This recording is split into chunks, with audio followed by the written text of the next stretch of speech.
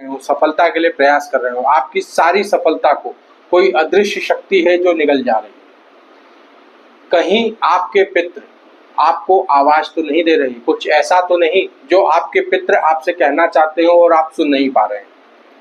मैं हूं एस्ट्रो संदीप पंडित और आप देख रहे हैं ग्रह दोष रहस्य सीरीज का दूसरा अध्याय, पितृदोष।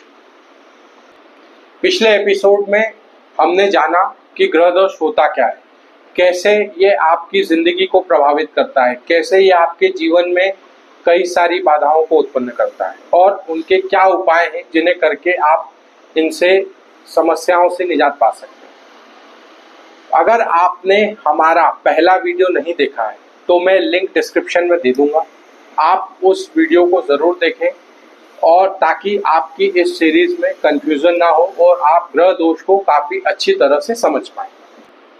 दोस्तों, पितृदोष क्या है? ये पितृदोष जो होता है ये हमारे पितरों की अशांति या उनके अधूरी इच्छाओं से उत्पन्न होता है। पितृदोष ये एक ऐसी ऊर्जा होती है जो आप तक आती है और आप तक आकर आपको ये संकेत देती है कि उनकी या कोई अधूरी इच्छाएं हैं या कुछ ऐसी चीज़ें हैं जो उनकी अधूरी रह गई है ना। अब कैसे हम पता करें कि हमारे साथ पितृदोष से जुड़ी हुई समस्याएं हैं या नहीं? पितृदोष कैसे हम समझ सकते हैं कि हमारी कुंडली में क्यों बनता है? देखिए, अगर आपके परिवार में किसी पितृ की अकाल मृत्यु हुई हो, समय से पूर्व मृत्यु हुई हो या किसी अधूरी इच्छाओं के साथ मृत्यु हुई हो, तो उनकी अधूरी इच्छाएं आपकी कुंडली के साथ जुड़ जाती हैं और कहीं न कहीं ये आपकी कुंडली के माध्यम से संकेत देती हैं उनकी अधूरी इच्छाओं की पूर्ति के लिए। दूसरा एक विशेष कारण होता है कि यदि हमारे पूर्वजों का तर्पण अगर ठीक से न किया गया हो, श्राद्ध कर्म में कहीं त्रुटि रह गई हो, तो भी आपकी कुंडली में पितृदोष बन सकता है। या हमारे द्वारा किए जा रहे कर्म जो कि हमारे पितरों के सिद्धांतों के विरुद्ध हो, तो भी हमारे पितृ हमसे नाराज होते हैं। दोस्तों, पितृदोष कोई श्राप नहीं है, ये बस एक माध्यम या एक संकेत होता है हमें ये बताने का कि हमारे पितरों की कोई ऐसी अधूरी इच्छाएं हैं जो अभी बची हुई हैं। दोस्तों, ये दोष जैसा कि आप समझ चुके हैं कोई श्राप नहीं है, ये बस आपके पितरों की एक आवाज़ है जो आपसे कहती है कि हम अभी शांत नहीं, हमें शांति दो, हमें तर्पण दो। जैसा कि अभी तक हमने ये समझा कि पितृदोष क्या है और इसका वास्तविक अर्थ होता क्या है, अब हम बात करने वाले हैं कि आपकी कुंडली में पितृदोष है या नहीं, ये कैसे पता चलेगा या क्या लक्षण होते हैं जिससे हम अपनी कुंडली से स्पष्टता से समझ सकें कि हमारी कुंडली में पितृदोष है या नहीं। तो आइए दोस्तों जानते हैं कि कैसे आप देखें आपकी कुंडली में पितृदोष की स्थिति। आपकी कुंडली का नवम भाव जो कि होता है आपके पिता का और साथ ही साथ ये आपके पितरों को भी दर्शाता है। अगर आपकी कुंडली के नवम भाव में सूर्य, शनि, राहु, केतु, अगर सूर्य आपका राहु के साथ में हो या केतु के साथ हो, ग्रहण दोष बना रहा हो, या आपकी कुंडली में सूर्य पीड़ित हो या राहु या केतु की स्थिति आपकी कुंडली में पंचम या नवम भाव में आ रही है, तो ये संकेत होते हैं कि आपकी कुंडली में पितृदोष उपस्थित है। उसके साथ ही अगर आपको कुछ इस प्रकार की समस्याएं हो रही हैं, अगर आपके पास कुंडली नहीं है और आपको इस प्रकार की समस्याएं महसूस हो रही हैं, तो भी आप कह सकते हैं कि आपकी कुंडली में पितृदोष मौजूद है। कौन सी है वो समस्याएं, आइए जानते हैं। मान लीजिए कि आपको संतान नहीं हो रही है या आपके साथ बार बार मिसकैरेज का इशू हो रहा है, बार बार धनहानि हो रही है, परिवार में बार बार मौतें हो रही हैं या अकाल मृत्यु बहुत ज़्यादा हो रही है या सपनों में पितृ बार बार आ रहे हैं या कोर्ट कचहरी के मसले एकदम से आपके साथ में बहुत ज़्यादा बढ़ गए। तो दोस्तों, ये सभी भी संकेत हैं जो कहीं ना कहीं आपको बताते हैं कि आपके पितरों के आशीर्वाद से आप कहीं ना कहीं वंचित हैं और पितृदोष आपकी कुंडली में कहीं ना कहीं प्रभावी है। तो दोस्तों, जैसा कि अब मुझे लगता है कि अब हम सभी ये समझ चुके हैं कि कैसे आप देख सकते हैं कि आपकी कुंडली में पितृदोष है या नहीं और पितृदोष क्या होता है। ये सारी चीज़ें तो हमने समझ ली, लेकिन अब करना क्या है?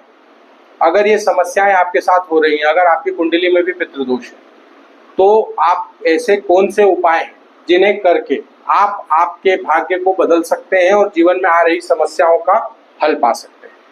तो दोस्तों, हम आपको आज देने वाले हैं वो सटीक उपाय जो 100% हम कह सकते हैं कि अगर आप इन उपायों को करते हैं तो आपको आपकी समस्याओं में हल मिलते हुए जरूर दिखेंगे। तो आइए जान लेते हैं कौन से हैं वो उपाय।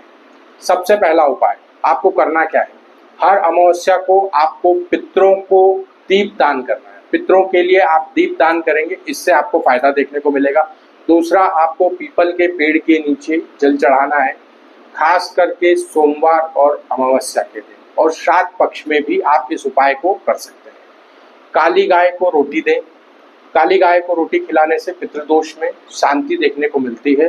श्राद्ध पक्ष में पितरों के लिए तर्पण करें, इससे भी आपको बहुत हद तक आपकी समस्याओं में समाधान देखते हुए मिलेंगे। अब बात कर लेते हैं सूर्यदेव की। सूर्यदेव हमारे पितरों के लिए एक तरीके से हम कह सकते हैं कि वो नेतृत्व भी करते हैं। अगर आप सूर्य को जल चढ़ाते हैं तो इससे भी आपके पितरों को बहुत ज़्यादा शांति मिलती है। दोस्तों, हमने सैकड़ों कुंडलियों में ये देखा है कि पितृदोष की समस्या पाई गई है और हमारे द्वारा बताए गए ये उपाय करवा कर कई लोग अपने जीवन को सुखी कर चुके हैं। अपनी लाइफ में आ रही बाधाएं, जैसे संतान से जुड़ी हुई समस्याएं, बच्चे ना हो पाना या एबॉर्शन हो जाना, बच्चे बीच में ही रुक जाते हैं होते होते, या फिर आपकी लाइफ में धन से जुड़ी हुई समस्याएं चल रही हैं, कोर्ट कचहरी के मसले चल रहे हैं, तो इन सभी समस्याओं में आपको अचानक से समाधान मिलते हुए दिखेंगे और आपकी समस्याएं आपको हल होती हुई दिखेंगी। पितृदोष हमें डराने के लिए नहीं, ये हमें जागृत करने के लिए आता है। ये याद दिलाता है कि हमारे संस्कार, हमारे पूर्वजों के द्वारा जो चीज़ें चली आ रही हैं वो आज भी हमारे साथ है और उनका जो आशीर्वाद है अगर वो हमें प्राप्त हो तो हमारे जीवन में सफलता को कोई भी रोक नहीं सकता। तो दोस्तों, अगर आपको भी लगता है कि आपकी कुंडली में कहीं ना कहीं पितृदोष है या आप भी इस तरह की समस्याओं से जूझ रहे हैं और आप अगर जानना चाहते हैं आपकी कुंडली में इसका क्या प्रभाव है, तो आप हमें अभी कमेंट करें पितृदोष चेक, और हम आपकी कुंडली चेक करके आपको बताएंगे कि आपकी कुंडली में पितृदोष है या आपके साथ जो समस्याएं घट रही हैं उसका पीछे का मेन कारण क्या है, और उसके साथ ही हम आपको बताएंगे कि कौन से वो उपाय हैं जिन्हें करके आप उन समस्याओं से आप निजात पा सकते हैं। और आपकी मदद करने के लिए हम बैठे हैं, तो आप कमेंट जरूर करें। अगले एपिसोड में हम बात करने वाले हैं काल सर्प दोष, डर और भ्रांति से भरी हुई एक ऐसी कहानी जिससे सभी लोग रहते हैं भयभीत।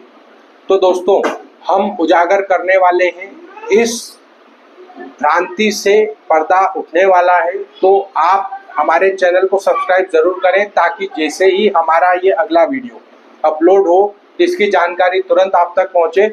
और हमारी इस सीरीज को इतना प्यार देने के लिए आपका बहुत बहुत धन्यवाद, और इस वीडियो को मैक्सिमम से मैक्सिमम लाइक करें, शेयर करें और सब्सक्राइब करें। धन्यवाद दोस्तों, मुलाकात होती है आपसे अगले एपिसोड में काल सर्प दोष।